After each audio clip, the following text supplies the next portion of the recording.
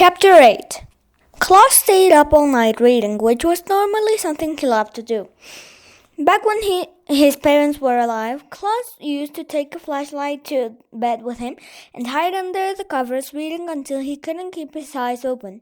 Some mornings his father would come into Klaus's room to wake him up and find him asleep, still clutching his flashlight in one hand and his book on the other. But on this particular night, of course, the circumstances were much different. Klaus stood by the window, squinting as he read his muggled book by the moonlight that trickled into the room. He occasionally glanced at his sisters.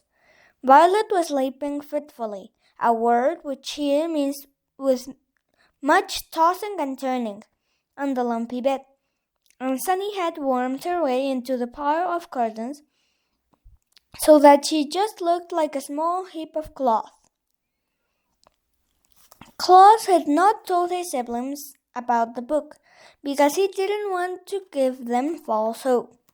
But he wasn't sure the book would help them out of their dilemma. The book was long and difficult to read, and Klaus became more and more tired as the night wore on. Occasionally his eyes would close. He found himself reading the same sentence over and over. But then he would remember the way the hook hands of Count Olaf's associate had glinted in the library, and would imagine them tearing into his flesh, and he would wake right up and continue reading. He found a small scrap of paper and tore it into strips, which he used to mark significant parts of the book. By the time the light outside grew gray with the approaching dawn, Klaus had found all he needed to know. His hopes rose along the sun.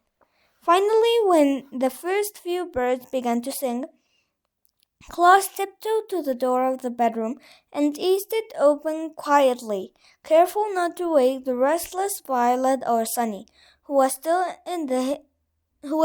hidden in the pile of curtains. When he went to the kitchen and sat and waited, for Count Olaf. He didn't have to wait long before he heard Olaf tramping down the tower stairs. When Count Olaf walked into the kitchen, he saw Klaus sitting at the table and smirked, a word which here means smiled in an unfriendly, phony way. "Hello, orphan," he said. "You're up early." Klaus's heart was beating fast, but he felt calm on the outside, as if he just had a layer of invisible armor. "I've been up all night," he said, "reading this book." He put the book out on the table so Olaf could see it. It's called Nuptial Law," Klaus said, "and I learned many interesting things while reading it." Count Olaf had taken out a bottle of wine to pour himself some breakfast, but when he saw the book, he stopped and sat down. "The word nuptial," Klaus said, "means relating to marriage." "I know what the word means," Count Olaf growled. "Where did you get that book?" "From Justice Strauss's library," Klaus said. "But that's not important. What's important is that I have found your plan." "Is that so?" Count Olaf said, his one eyebrow raising. "And what is my plan, you little runt?" Klaus ignored the insult and opened the book to where one of the scraps of paper was marking his place. "The laws on marriage in this community are very simple," he read out loud. "The requirements are as follows: the presence of a judge, a statement of I do by both the bride and the groom, and the signing of an explanatory document in the bride's own hand." Klaus put down the book and pointed at Count Olaf. "If my sister says I do and signs a piece of paper while Justice Strauss is in the room, then she is legally married. This play you're putting on shouldn't be called the marvelous marriage. It should be called the menacing marriage. You're not going to marry Violet figuratively. You're going to marry her literally. This play won't be This play won't be pretend. It will be real and legally blinding. Count Olaf laughed a rough horse laugh. Your sister isn't old enough to get married. She can get married if she has the permission of her legal guardian. Acting in loco parentis, Claus said. I read that too. You can't fool me. Why in the world would I want to actually marry your sister? Count Olaf asked. It is true she is very pretty, but a man like myself can acquire any number of beautiful women. Claus turned to a different section of nuptial law. A legal husband, he read out loud, has the right to control any money in the possession of his legal wife. Claus gazed at Count Olaf in triumph. You're going to marry my sister to gain control of the Baudelaire fortune, or at least that's what you plan to do. But when I show you this information to Mr. Poe, you will not be performed, and you will go to jail. Count Olaf's eyes grew very shiny, but he continued to smirk at Claus. This was surprising. Claus had guessed that once he announced what he knew, this dreadful man would have been very angry, even violent. After all, he'd had a serious outburst just because he'd wanted roast beef instead of puttanesca sauce. Surely he'd been even more enraged to have his plan discovered. But Count Olaf just sat there as calmly as if they were discussing the weather.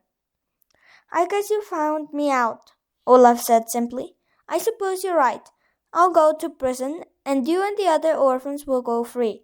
Now why don't you run up to your room and wake your sisters? I'm sure they'll want to know all about your grand victory over my evil ways.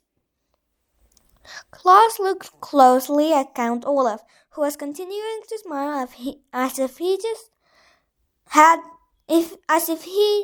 had just told a clever joke. Why wasn't he threatening Claus in anger, or tearing his hair out in frustration, or running to pack his clothes and escape? This wasn't happening at all the way Claus had pictured it. Well, I will go tell my sisters, he said, and walked back into his bedroom. Violet was still dozing on the bed, and Sunny was still hidden beneath the curtains. Claus woke Violet up first. I stayed up all night reading, Claus said breathlessly, and his sister opened her eyes. And I discovered what Count Olaf is up to. He plans to marry you for real. When you and Justice Strauss and everyone all think it's a play, and once he's your husband, he'll have control of our parents' money, and he can dispose of us. How can he marry me for real? Violet asked. It's only a play.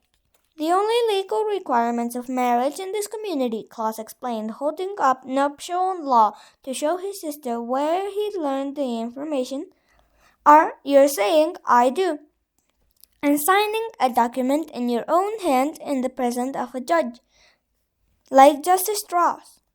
But surely I am not old enough to get married, Violet said. I'm only 14. Girls under the age of 18, Claus said, flipping to another part of the book, can marry if they have the permission of their legal guardian. That's Count Olaf. Oh no, Violet cried.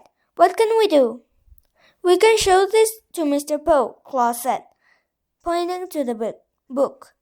And he will finally believe us that Count Olaf is up to no good.